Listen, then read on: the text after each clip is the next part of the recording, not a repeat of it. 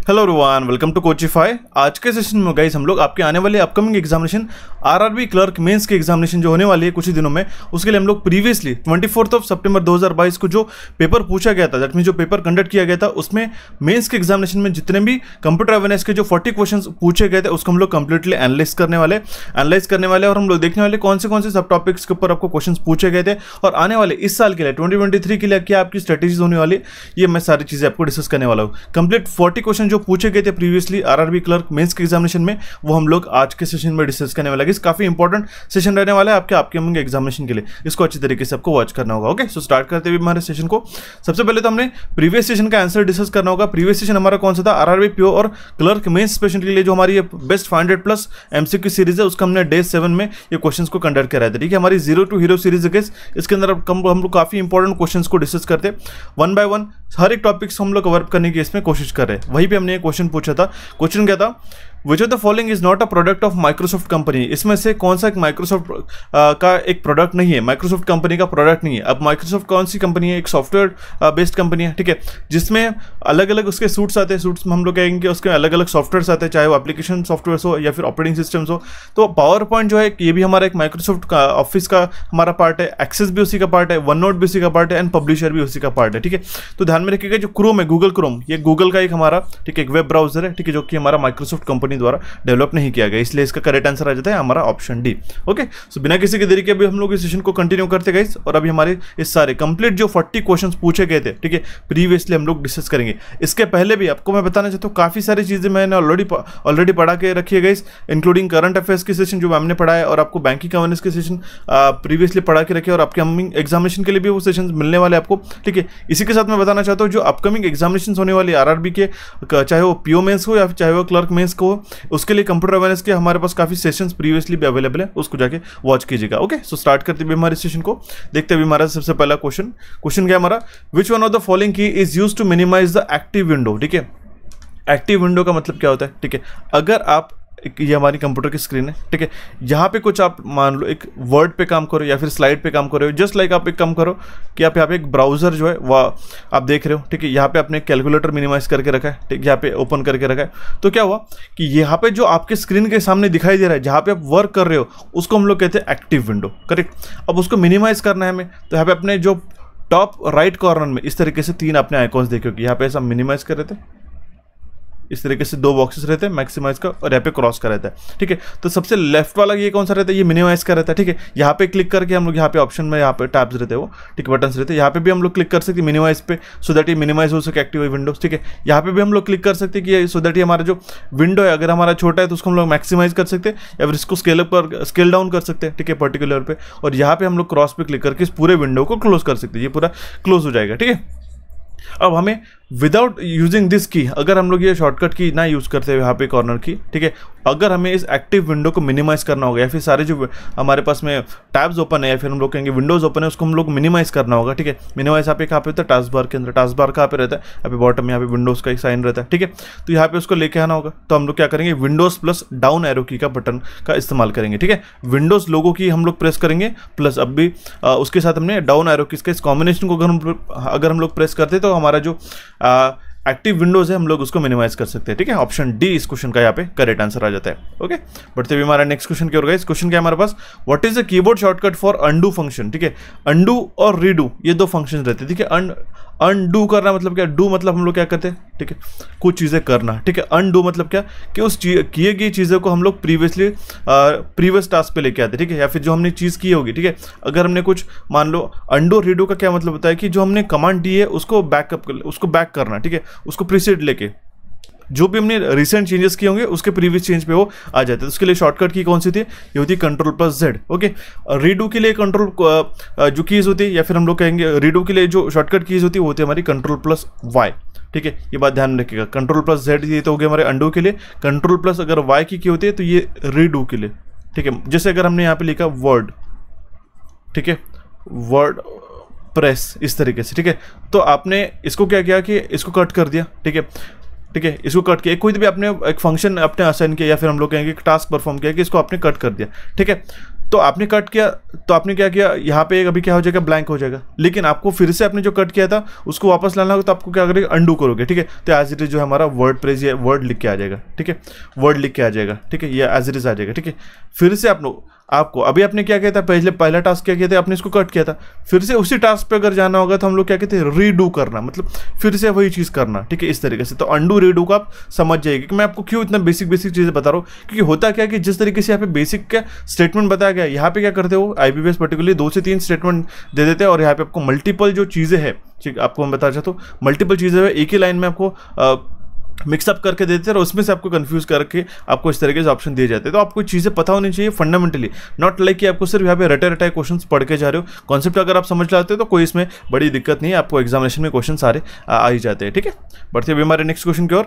Next question क्या है हमारे पास में, which of the following is used with the intention of extorting money from its owner, ठीक है, ओनर से पैसा निकालने के लिए, ठीक है, उस इंटेंशन से, ठीक है। तो इसके लिए उसमें से हम लोग कौन सा कंपोनेंट यूज़ करेंगे, या फिर कौन सा वायरस, या फिर कौन सा मॉलवेयर, या फिर कौन सा रैंसमवेयर हम लोग यूज़ करेंगे। तो उसका करेक्ट आंसर तो होता है हमारा रैंसमवेयर, उसको हम लोग कहते हैं रैंसमवेयर। इस रैंसमवेयर का इस्तेमाल इसलिए किया जाता है कि हम लोग मनी को, पैसे को एक्सटॉर्ट कर सके, ठीक है, ये ध्यान में रखें। ये रैंसमवेयर एक टाइप ऑफ मॉलवेयर है, ठीक है, वेयर यहाँ पे लिखा है, it is a type of malware जो इन्फेक्ट करता है और हमारे कंप्यूटर सिस्टम का कंट्रोल वो ले लेता है। स्पाईवेयर मतलब क्या होता है, स्पाई मतलब किसी के ऊपर निगरानी रखना। एडवेयर का मतलब क्या होता है, एडवेयर का मतलब होता है एडवर्टाइजमेंट शो करना, ठीक है। मॉलवेयर क्या होता है, मॉलवेयर जो होता है एक ऐसा मैलिशियस सॉफ्टवेयर, ठीक है, जो कंप्यूटर के ऑपरेशन को, उसके सेंसिटिव इन्फॉर्मेशन को कैप्चर करने के लिए, या फिर उसमें से कुछ एक्सेस लेने के लिए, या फिर कोई भी चीज़ को हम पहुंचाने के लिए जो सॉफ्टवेयर होता है, इसको हम लोग कहते हैं मॉलवेयर, ठीक है, मैलिशियस सॉफ्टवेयर हम लोग इसको कहते हैं, ठीक है। तो अगर ये आपको वर्ड दिखा intention of extorting money from its owner, तो हम लोग रैंसमवेयर उसको हम लोग कह सकते हैं, ठीक है। कुछ रैंसम लिया जाता है, ठीक है, रैंसम किसी चीज़ को रिलीज करने के लिए, जिसको हम लोग ये कहते हैं ना, एक पैसा दिया जाता है, उसको हम लोग कहते हैं रैंसम, ओके। ऑप्शन ए इस क्वेश्चन का करेक्ट आंसर आ जाता है, ठीक है। Next question is which out of the following is not a valid cell reference in a Excel spreadsheet। अब देखिए इसमें से कौन सा एक वैलिड सेल रेफरेंस नहीं है एक्सेल स्प्रेडशीट के अंदर, ये हमें क्वेश्चन के माध्यम से पूछा गया। अब आपको मैं एक चीज़ बता देता हूँ गाइस, ध्यान में रखिएगा, ठीक है। CA20, ठीक है, C20, CA#20, CA$20 और ऑल आर वैलिड, इसमें से कौन सा करेक्ट आंसर होगा। देखिए CA#20 ये हमारा कोई भी एक वैलिड सेल रेफरेंस नहीं होगा, ये आपको ध्यान में रखना होगा, ठीक है। अब देखिए सेल रेफरेंस हम लोग इस तरीके से कहेंगे कि A1 रेफर क्या करते हैं, अगर मान लो इस तरीके से है, A1 रेफर करता है कि cell at a intersection of column A and row 1, ये होता है हमारा कॉलम, ठीक है, ठीक है, ये होता है हमारा कॉलम, ठीक है, और ये होता है हमारा रो। ये A1 जो यहाँ पे हमने लिख के रखा है ना, उसके लिए बात कर रहा हूँ मैं, ठीक है। और उस तरीके से B2, C2 ये हमें क्या बताएगा, ठीक है। अब देखिए B2 क्या हमें बताएगा, B2 क्या बताएगा, ये B2 रेफर करेगा हमारा second cell in a column B, ठीक है।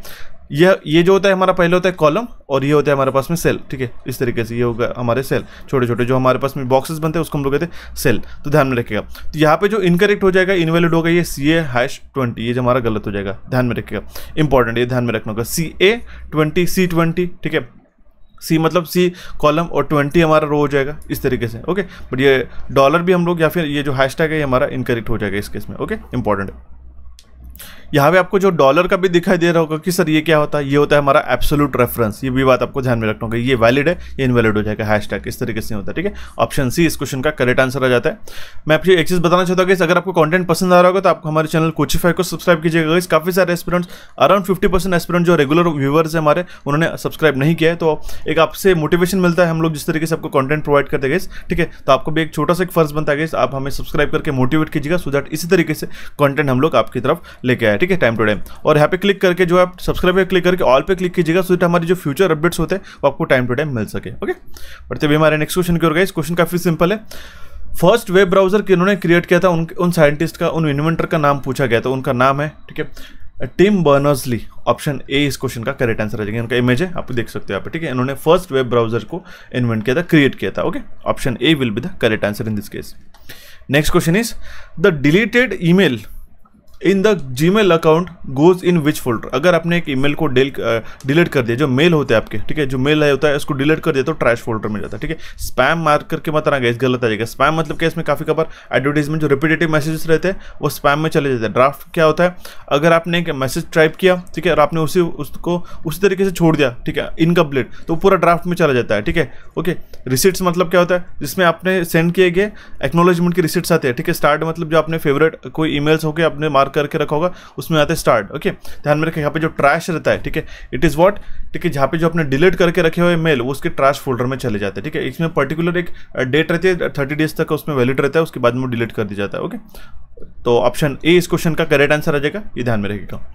Next question is which of the following is not an output device. इसमें से कौन सा एक आउटपुट डिवाइस नहीं है, तो देखिएगा, फ्लैट स्क्रीन, स्क्रीन क्या होती है, ये हमारी आउटपुट डिवाइस होती है, ठीक है। स्कैनर क्या होता है, ये था हमारा इनपुट डिवाइस। एलसीडी क्या होता है, लिक्विड क्रिस्टल डिस्प्ले, डिस्प्ले क्या होता है, हमारा आउटपुट डिवाइस होता है। प्लॉटर क्या होता है, प्लॉटर की मदद से हम लोग प्रिंट निकाल सकते हैं, ठीक है, तो ये हमारा करेक्ट आंसर आ जाएगा स्कैनर। स्कैनर क्या होता है, इनपुट डिवाइस होता है, क्योंकि हम लोग इनपुट क्या देते हैं, एज एक इसको पेज देते हैं, ठीक है, वो उसको रीड करता है और रीड करके उसकी इन्फॉर्मेशन कंप्यूटर को देता है, इसलिए होता है हमारा scanner as a input device, ठीक है।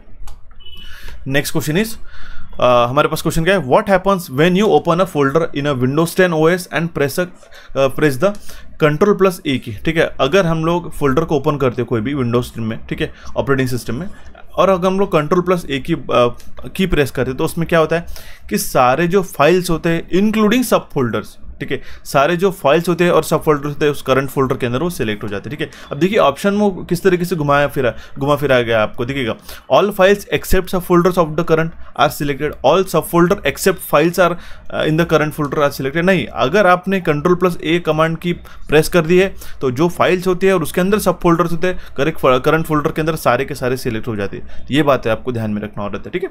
अब इस तरीके से आपको कंफ्यूजन में डाला रहता है, इसलिए आपको बेसिक फंडामेंटल क्लियर होना जरूरी होता है, ठीक है। Option C will be the correct answer in this case. Okay. Next question is, when you connect to these services, your computer is communicating with a server at your internet service provider. What does this refer? उसका मतलब क्या है, जब भी हम लोग इस services से कनेक्ट होते हैं तो क्या हमारा कंप्यूटर जो है कम्युनिकेट करना शुरू कर देता है सर्वर से तुम्हारे अपने जो इंटरनेट का सर्विस प्रोवाइडर उसके साथ में मिलकर, ठीक है। तो ये जो ISP है, फिर हम लोग इसको कहेंगे ये क्या होता है, ठीक है, इसको हम लोग कहते हैं इंटरनेट, ठीक है। ओके, ये उसको हम लोग कहते हैं इंटरनेट, ठीक है। ये हमारा सर्वर से कनेक्ट होता है, मतलब क्या कि हमारा कंप्यूटर सर्वर से कनेक्ट होता है, तो ये हम लोग एक्सेस जो कर रहे हैं, ठीक है। इंटरनेट सर्विस प्रोवाइडर हमें क्या फैसिलिटी प्रोवाइड करता है, इंटरनेट की फैसिलिटी प्रोवाइड करता है। देखिए कि किस तरीके से घुमा फिरा के आपको क्वेश्चन पूछे जाते हैं, तो आपको ध्यान में रखना होगा, ठीक है। सो बढ़ते हुए हमारे नेक्स्ट क्वेश्चन की ओर। क्वेश्चन क्या कर रहा है हमारे पास में, इन MS Excel 2010 द शॉर्टकट की टू अप्लाई और remove strike through is what, ठीक है। अब देखिए स्ट्राइक थ्रू क्या होता है, कोई भी वर्ड से अगर हम बीच में इस तरीके से लाइन अगर हम खींच देते उसको हम लोग कट करते तो उसको हम लोग कहते हैं स्ट्राइक थ्रू, ठीक है। तो उसके लिए उसको रिमूव करने के लिए कौन सी शॉर्टकट की का इस्तेमाल किया जाता है, MS Excel 2010 के अंदर की बात करें, ठीक है। तो Ctrl+5 ये हमारा करेक्ट आंसर आ जाएगा, ऑप्शन बी। ये क्वेश्चन में काफी इंपॉर्टेंट मानता होगा, ठीक है। इसके पहले हमने ये क्वेश्चन जो है एज ए टेबल में आपको प्रोवाइड किया था, ठीक है, बट लेकिन ये जो Ctrl+2 3 4 5 6 ये जो होती है काफी इंपॉर्टेंट होती है। एक्सेल के बारे में मैं आपको बताना चाहता हूँ, आपको अगर श्योर शॉर्ट सिलेक्शन चाहिए, आपने चाहे जितना general awareness, reasoning, counts, DIA सारी चीजें करके रखी होगी, तो प्लीज गाइज मैं आपको बताना चाहूंगा do focus on your computer section itself, ठीक है। क्योंकि 40 क्वेश्चन में से अगर आप 20 मार्क्स भी मिल जाते तो आप समझ जाइएगा आप कितना गेम चेंजर है आपका 20 मार्क्स, जो आपके मार्क्स जो है आपके हाथ में होते हैं करके, ठीक है। तो आप यहाँ पे देख सकते हो किस तरीके से स्ट्राइक थ्रू में यहाँ पे जो है बीच में लाइन खींची जा रही है, तो इस शॉर्टकट की के माध्यम से हम लोग यूज कर सकते हैं। इसमें अप्लाई भी कर सकते हैं, रिमूव कर सकते हैं। एक बार आपने क्लिक किया तो स्ट्राइक थ्रू आ जाएगा, अगर आपने फिर से क्लिक किया तो स्ट्राइक थ्रू हट जाएगा आपका। इस तरीके से आपको ध्यान में रखना होगा, okay. Option B will be the correct answer in this case. Okay, next question की ओर बढ़ने से पहले एक चीज बताना चाहता हूँ, अगर आप डेडिकेटेड हो और अगर आप सीरियस हो आपके इस मेंस के एग्जामिनेशन के लिए क्लियर करने के लिए, मैं बताना चाहता हूँ क्लर्क हो या फिर PO मेंस के एग्जामिनेशन हो, तो आप हमारे इस कंप्यूटर एक्सप्रेस कोर्स को ज्वाइन कर सकते हो आज के आज ही, ठीक है। परीक्षा के जो आखिरी दिनों में 5 से 7 दिनों के अंदर इतना आपको ये कवर करा देगा, ठीक है। इसमें से हमने काफी 12 टोटल कंप्लीट जो चैप्टर्स होते हैं, कंप्लीट सिलेबस हमका कवर करके रखा है, ठीक है। जस्ट लाइक आपके सारे ई-बुक्स के और वीडियोस के माध्यम से सारे आपके जो टॉपिक्स है कवर अप होते जाएगा, और इसकी जो वैलिडिटी हमने डाल के रखी है वो हमारी पूरी एक साल भर के लिए, ठीक है। तो आपके आरआरबी पीओ और क्लर्क के मेंस के एग्जामिनेशन के लिए, चाहे फिर आपका कोई भी कंप्यूटर अवेयरनेस का सेक्शन हो, ठीक है, यहाँ पे आपको ये जो कोर्स है काफी ज्यादा यूजफुल रहेगा। इसका कूपन कोड है speed50, इसको आपको किस तरीके से ज्वाइन करना होगा, ठीक है। कोचिफाई का ऐप डाउनलोड कर लीजिएगा, उसकी लिंक आपको डिस्क्रिप्शन बॉक्स में मिल जाएगी। अगर आपके पास आईफोन भी है, iOS डिवाइस भी है, तो उसका भी हमारे पास एप्लीकेशन डेवलप हो चुका है। उसके लिए भी अगर आपको एक्सेस चाहिए होगा तो मुझे कमेंट बॉक्स में मांग लीजिएगा, ठीक है। इसको आपको क्या करना होगा, कोचिफाई का जो ऐप है उसको डाउनलोड करके आप इस कंप्यूटर एक्सप्रेस कोर्स को पेड कोर्स के माध्यम से जाके बाय कर सकते हो। उस सेक्शन में जाके speed50 कूपन कोड लगाओगे तो फ्लैट 50% आपको डिस्काउंट मिल जाएगा। 499 का जो कोर्स है 249 रुपीज में आप उसको ज्वाइन कर सकते हो। डेफिनेटली अब इसका फायदा उठाएगा गाइस। और अगर आप बैंकिंग के एग्जामिनेशन के लिए तैयारी करो, चाहे वो प्रीलिम्स हो, मेंस हो, तो आप हमारे इस 3-in-1 वीडियो कोर्स को ज्वाइन कर सकते हो, जिसमें आपको क्वांटिटेटिव एप्टीट्यूड, लॉजिकल रीजनिंग और इंग्लिश के तीनों भी सेक्शंस मिल जाएंगे। और इसको हमने इंट्रोडक्टरी प्राइस रखी है 599, इसमें आप ज्वाइन कर सकते हो। इसके लिए कूपन कोड है आपका बैंक60, ठीक है। काफी इंपॉर्टेंट है, डेफिनेटली ज्वाइन कीजिएगा। इसमें 12 मंथ की वैलिडिटी है और आप अनलिमिटेड टाइम्स इसको जाके वॉच कर सकते हो। अगर आपको कोई क्वेरीज भी आती है तो आप हमारे टेलीग्राम चैनल के माध्यम से आप हमसे कम्युनिकेट करके पूछ सकते हो। हमारा एप्लीकेशन जो है कोचिफाई, आप इसको जरूर डाउनलोड करके रखिएगा, ओके। और ये सारे क्वेश्चन जो है आपके पूरे IBPS बेस्ड है, okay. And main thing is कि अगर आपको स्टैटिक प्रिपेयर करना होगा बैंकिंग अवेयरनेस का, तो हमारे 2 सेशंस अवेलेबल है। करंट अफेयर्स के भी सेशंस अवेलेबल है जुलाई तक के। नेक्स्ट सेशन जो है जुलाई वाला, अगस्त वाला, वो भी आपको मिल जाएगा। मल्टीपल सेशंस आपको डेफिनेटली मिल जाएंगे। सो आप इसको जाके वॉच कीजिएगा। और इसके अगर आपको ई बुक चाहिए हुए तो हमारे एप्लीकेशन के ऊपर ई बुक भी अवेलेबल है, ओके। सो बढ़ते हुए हमारे नेक्स्ट क्वेश्चन की ओर गाइस। क्वेश्चन क्या है हमारे पास, which is a permanent storage device. Permanent storage मतलब क्या होता है, अगर हमने इसके अंदर डेटा फीड कर दिया तो एज इट इज रहता है, ठीक है, अनलेस एंड अनटिल हम लोग उसको डिलीट ना करें। तो हार्ड डिस्क जो होती है, ठीक है, ये एज अ परमानेंट, ठीक है, नॉन वोलाटाइल जिसको हम लोग कहते हैं,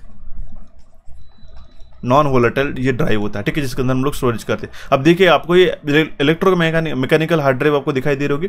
इसके अंदर एक रोटेटिंग डिस्क रहती है, उसकी स्पीड काफी कम रहती है, ये बात ध्यान में रखिएगा, ठीक है। यहाँ पे एक हेडर रहता है जिसके कारण ये पूरा रीड करता है। इसमें सबसेक्शन, ट्रैक्स वगैरह सारी चीजें रहती है, मैंने ऑलरेडी एक्सप्लेन करा दिया, ठीक है। It is a part of secondary memory basically. इसमें हार्ड डिस्क ड्राइव आती है, फ्लॉपी डिस्क ड्राइव आती है, डिजिटल वर्सेटाइल डिस्क आती है, पेन ड्राइव्स रहते हैं, ठीक है। आपके पास सॉलिड स्टेट ड्राइव्स भी रहते हैं, ठीक है। ये भी आपको मैंने अभी हमारे कोर्सेज के अंदर पढ़ा के रखा है। तो अगर आपको क्विकली, मैं आपको कहूँगा 3 से 4 दिनों के अंदर भी आपको अराउंड 90% से ज्यादा सिलेबस कवर करना होगा। मैं तो आपको कहूंगा 100% जो मेजर जो क्वेश्चंस पूछे जाते हैं वो हमारे कोर्सेज के माध्यम से बनते हैं, ठीक है। तो आप उसको ज्वाइन करना होगा। तो इस कोर्स को डेफिनेटली वॉच कीजिएगा। वन टाइम एक इन्वेस्टमेंट होती है आपके लिए, लेकिन सिलेक्शन एक बार आपका हो जाता है तो ये काफी नॉमिनल अमाउंट होते हैं आपके सिलेक्शन के लिए। सो कहीं पर भी आपको रिस्क नहीं लेना है। सारी चीजें जो आपको प्रोवाइड करते चलते हैं आपको डेफिनेटली प्रिपेयर करना होगा, ठीक है।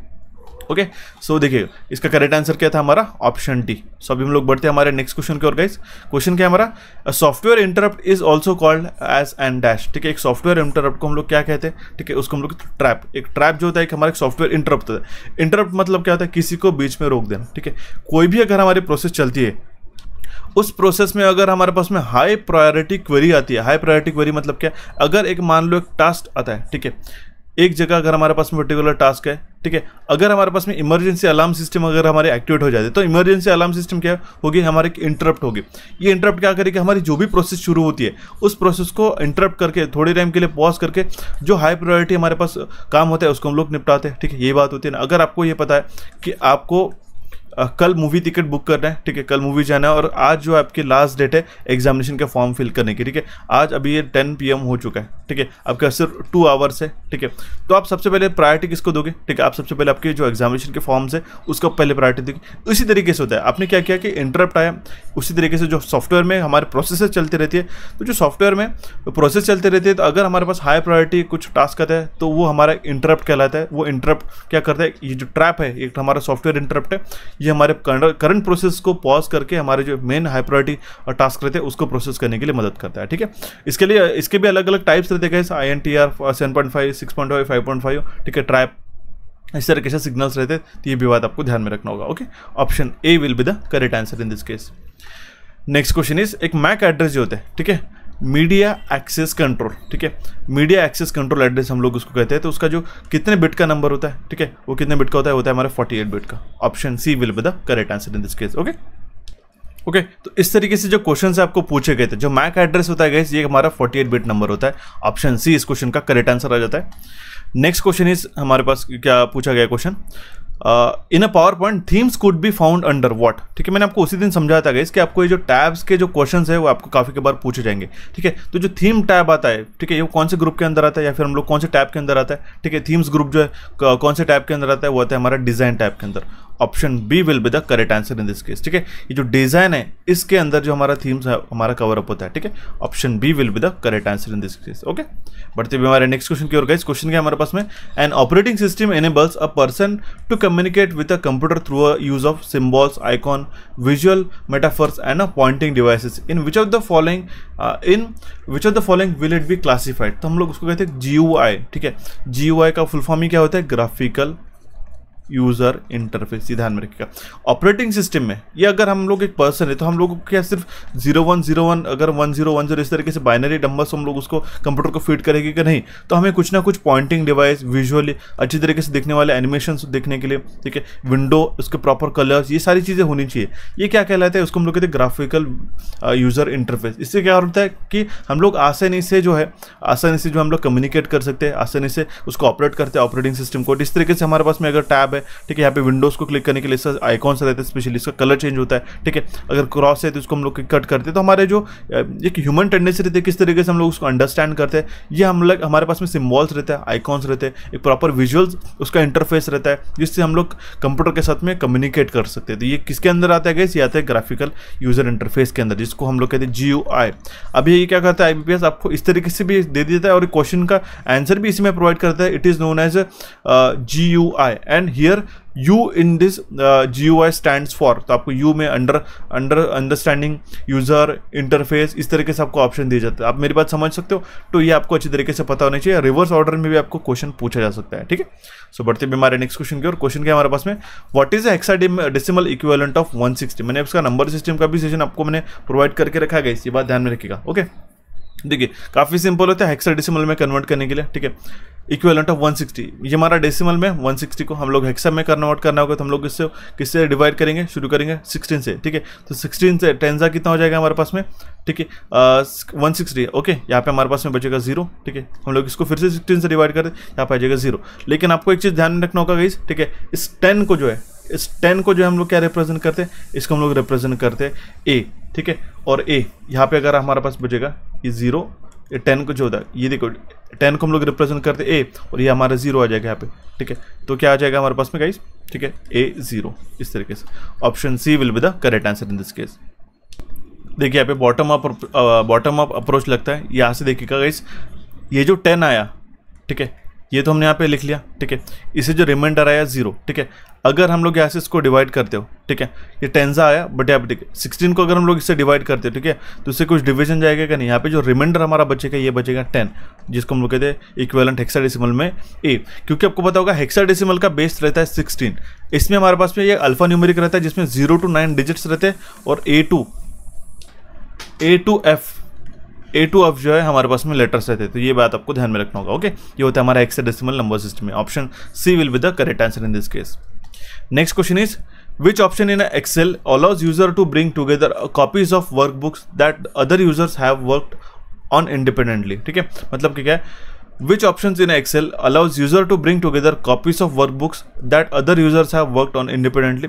अगर हम लोग अलग अलग यूजर्स जिन्होंने इंडिपेंडेंटली उस वर्कबुक के ऊपर काम किया, अगर हम लोग उसको कंबाइन करना चाहते हैं तो हम लोग उसको कहेंगे मर्ज करना। ठीक है, option B will be the correct answer in this case. उसी को हम लोग कहेंगे मर्जिंग। ओके, बढ़ते भी हमारे नेक्स्ट क्वेश्चन की और। क्वेश्चन क्या है हमारे पास में, name the feature that commands the word processor to align all the text to fit within the defined margin. Defined margin मतलब क्या, अगर इस तरीके से हमारे पास में डिफाइंड मार्जिन हमारे पास में एक बॉक्स, टेक्स्ट बॉक्स क्रिएट करके रखा है। अगर हम लोग यहाँ पे ABCD इस तरीके से लिखना शुरू करते हैं तो यहाँ पे जो लास्ट लेटर आएगा या फिर लास्ट वर्ड आएगा वो यहाँ से शुरू हो जाएगा। ठीक है, अगर हमने इसको वर्ड रैप ऑन करके नहीं देखा होगा, ठीक है, तो ये लेटर जो है यहाँ पे कंटिन्यू रहेगा। ठीक है, तो ये जो डिफाइंड मार्जिन के बाहर चला जाएगा। लेकिन अगर हमने वर्ड रैप ऑन करके रखा है तो ये हमारा इस तरीके से पूरा जो टेक्स्ट है ये आ जाएगा। अगर हम लोग उसका जो टेक्स्ट बॉक्स है इसका साइज अगर हम लोग इस तरीके से घटाते भी है तो ये क्या हो जाएगा, टेक्स्ट थोड़ा नीचे सरक जाएगा। तो ये बात आपको ध्यान में रखना होगा, उसी को हम लोग कहते हैं word rap. Option E will be the correct answer in this case. ठीक है, auto correct, auto text, auto format, sort, इस तरीके से आपको ऑप्शन कंफ्यूज कराने के लिए दिए जाते हैं। ठीक है, नेक्स्ट क्वेश्चन इज वीजीए क्या होता है? वीजीए होता है हमारा वीडियो ग्राफिक्स अरे, ठीक है। वीजीए का फुल फॉर्म होता है वीडियो ग्राफिक्स अरे। एक क्वेश्चन क्या पूछा था, इस वीजीए में कितने नंबर ऑफ पिंस रहते हैं, आप इसको काउंट कीजिएगा। इसमें टोटल नंबर ऑफ पिंस रहते हैं 15 पिंस, ठीक है। ये फीमेल सॉकेट हो गया, ये हो गया हमारे पास में mail socket VGA pin.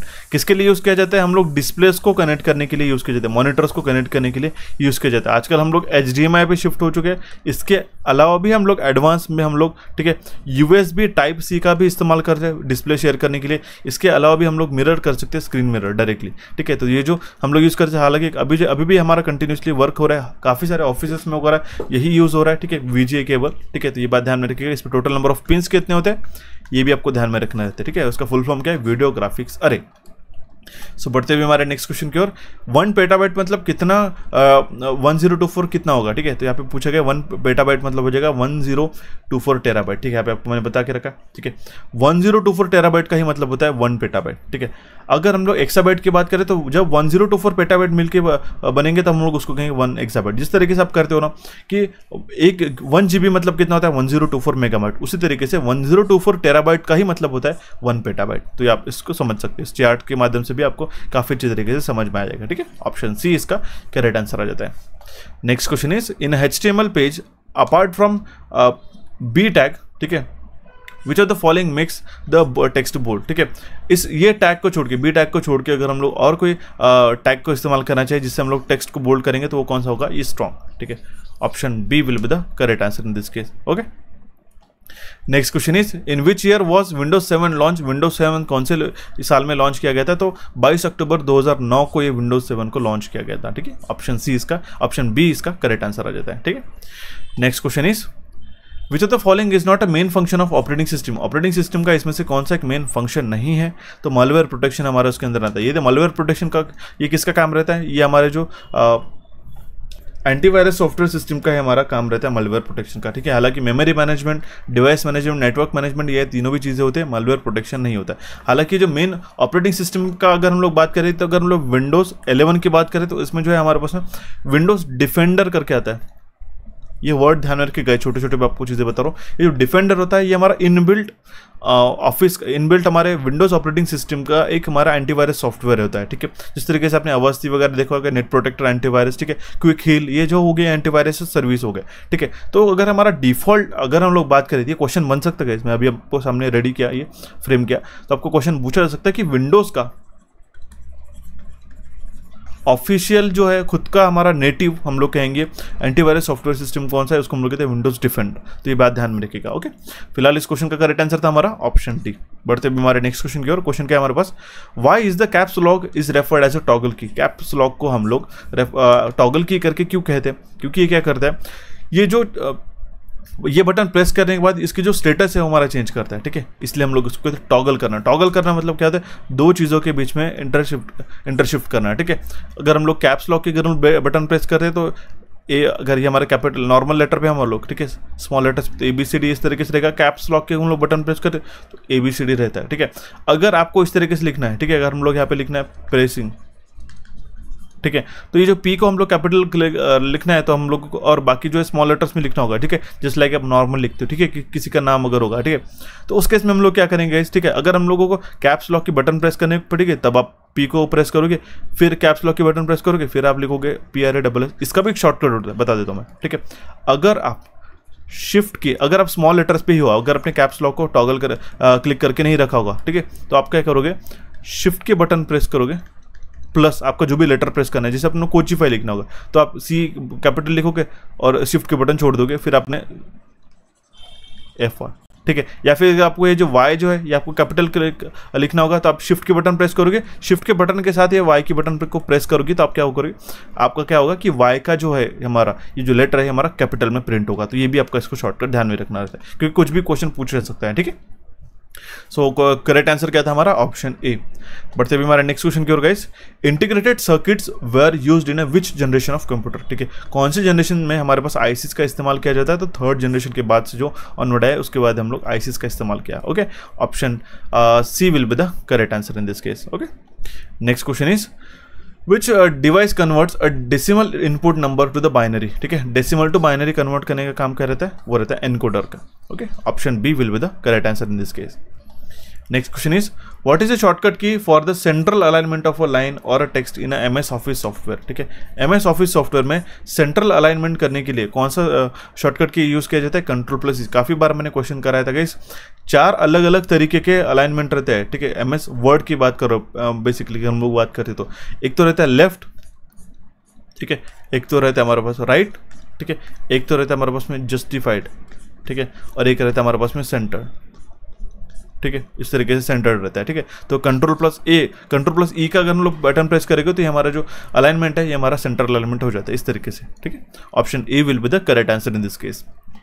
Next question is Windows 95 is an example of which type of operating system? Windows 95 किसका एग्जांपल है? कौन सा ऑपरेटिंग सिस्टम का एग्जांपल है? सिंगल यूजर ऑपरेटिंग सिस्टम है गाइस। ठीक है, ऑप्शन ए इसका करेक्ट आंसर आ जाता है। इंपॉर्टेंट, ठीक है, ये जो सिंगल टास्क एक सिंगल यूजर के लिए जो परफॉर्म करते हैं उसको हम लोग कहते हैं single user operating system guys. ठीक है, एक ही यूजर इसको इफेक्टिवली मैनेज करता है। ऑप्शन ए इसका यहाँ पे करेक्ट आंसर आ जाता है। ठीक है, next question is what is the maximum limit of available worksheet function in MS Excel? MS Excel के अंदर कितने अवेलेबल वर्कशीट्स है मैक्सिमम? ठीक है, तो उसका करेक्ट आंसर आ जाता है 341।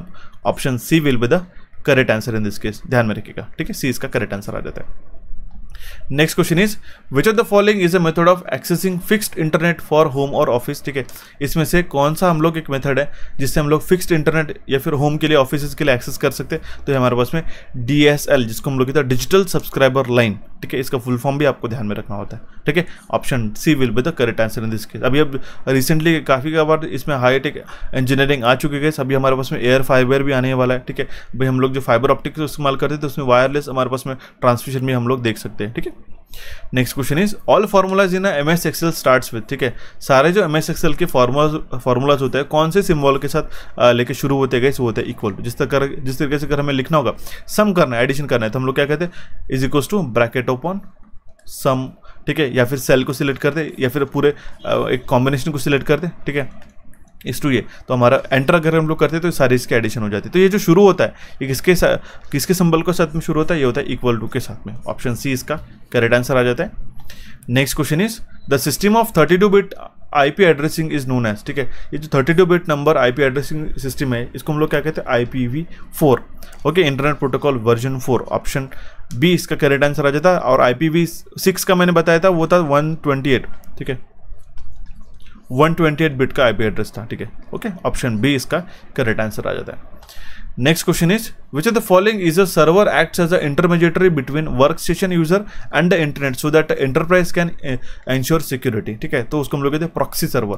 प्रॉक्सी सर्वर क्या करता है? ठीक है, प्रॉक्सीज क्रिएट कर देता है सर्वर जो हमारा IP एड्रेसेस रहता है, सो दैट जो है हमारा एज अ एक हमारा इंटरमीडिएटरी रहता है वर्क स्टेशन यूजर और इंटरनेट के बीच में, सो दैट हमारा एंटरप्राइज जो है सिक्योरली वर्क कर सके। ठीक है, ऑप्शन ए इसका करेक्ट आंसर आ जाता है। Okay, next question is which of the following type of internet service does not require cable और अ फोन लाइन? इसमें से कौन से इंटरनेट सर्विसेज को केबल या फिर फोन लाइन की रिक्वायरमेंट नहीं रहते?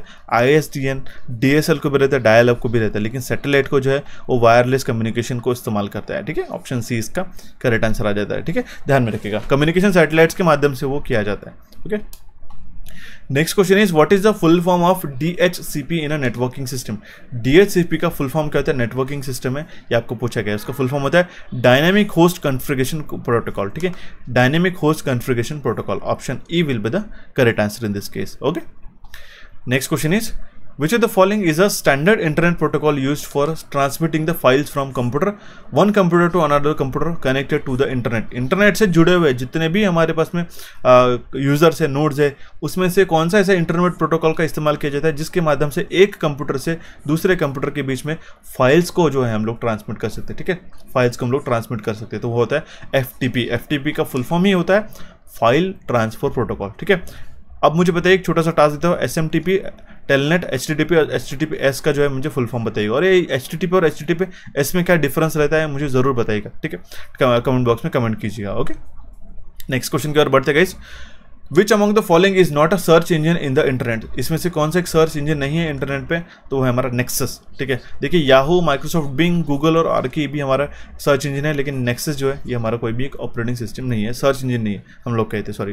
ठीक है, next question is ICMP is a network layer protocol. ठीक है, ICMP is a network layer protocol used by network devices to diagnose network communication issues what does ICMP stands for? ICMP का full form होता है internet control message protocol, ठीक है। एक ICMP एक हमारा नेटवर्क लेयर प्रोटोकॉल है जो कि नेटवर्क के द्वारा यूज किया जाता है, नेटवर्क डिवाइसेस के द्वारा यूज किया जाता है, सो दैट जो नेटवर्क कम्युनिकेशन इश्यूज है उसको डायगोनाइज कर सकते, उसको रेक्टिफाई कर सके। तो ICMP का फुल फॉर्म यहाँ पे पूछा गया था, सिंपली होता है internet control message protocol. Okay, next question is which of the following is the full form of BCC field of email header, ठीक है। ईमेल हेडर की मतलब क्या बोल रहा है, ये थोड़ा जो है ना एक्स्ट्रा आपको डेटा प्रोवाइड करते हैं सो दैट आपको कंफ्यूज हो सके, ठीक है। यहाँ पे हेडर जो होता है यहाँ पे, ठीक है, इसमें जो है BCC और CC का फुल फॉर्म ये फुल फॉर्म रहता है। बेसिकली हमारे BCC और CC ये दो छोटे छोटे टैब्स रहते हैं, ठीक है, यहाँ पे लिखा रहता है CC BCC, इसका मतलब क्या होता है, ठीक है, और इसका यहाँ पे फुल फॉर्म क्या है ये भी हमें पूछा गया है, ठीक है। तो ध्यान में रखिएगा, BCC का फुल फॉर्म होता है ब्लाइंड कार्बन कॉपी, ठीक है, ब्लाइंड कार्बन कॉपी हम लोग कहते हैं, ठीक है। BCC का फुल फॉर्म होता है ब्लाइंड कार्बन कॉपी और CC का फुल फॉर्म होता है कार्बन कॉपी, ठीक है। देखिएगा, BCC का मतलब क्या होता है, it sends to a multiple email addresses without showing the recipients name, ठीक है। एक यूजर को, ठीक है, अगर किसी दूसरे यूजर को भी हमने वो ईमेल भेज के रखा है तो उसको दिखता नहीं, ठीक है। अगर हम लोग CC को हम लोग ऑप्ट करते हैं तो उसमें क्या होता है कर्टेसी कॉपी, इसका फुल फॉर्म होता है, ठीक है। या फिर हम लोग कहेंगे उसको रेफर करेंगे एज अ कर्टेसी कॉपी, मतलब क्या, अगर आपने एक ईमेल मल्टीपल यूजर्स को भेज के रखा है तो सबको दिख पाएगा कि ये किस किस को ये भेजा गया है, ठीक है। इसको हम लोग कहते हैं carbon copy. Blind carbon copy मतलब क्या होता है, ये बाकी लोगों को पता नहीं चलता, ये प्रोटेक्ट करता है privacy of the recipients, okay, it protects the privacy of the recipients, ध्यान में रखना होगा। ओके, बढ़ते हुए हमारे नेक्स्ट स्लाइड की ओर और देखते हुए हमारा नेक्स्ट क्वेश्चन गाइस। क्वेश्चन क्या है हमारे पास में, what is the function of modem? Modem का फंक्शन क्या है हमें पूछा गया।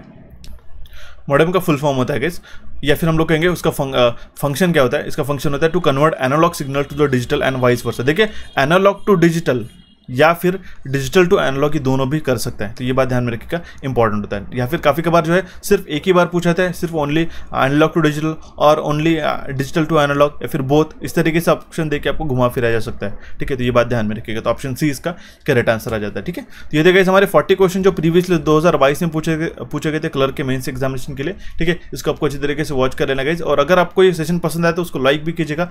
हमारे जो कंप्यूटर अवेयरनेस एक्सप्रेस कोर्स को मैंने रिकमेंड किया तो उसको डेफिनेटली आज ही जाके ज्वाइन कीजिएगा, और इससे आपकी कंप्यूटर अवेयरनेस की अच्छी तरीके से प्रिपरेशन हो जाएगी। सारे टॉपिक जो आपको एक ही एक्सप्रेस कोर्स के अंदर आपके कवर अप हो जाएगा, एग्जामिनेशन में आपको काफी बूस्ट अप मिलेगा, ठीक है।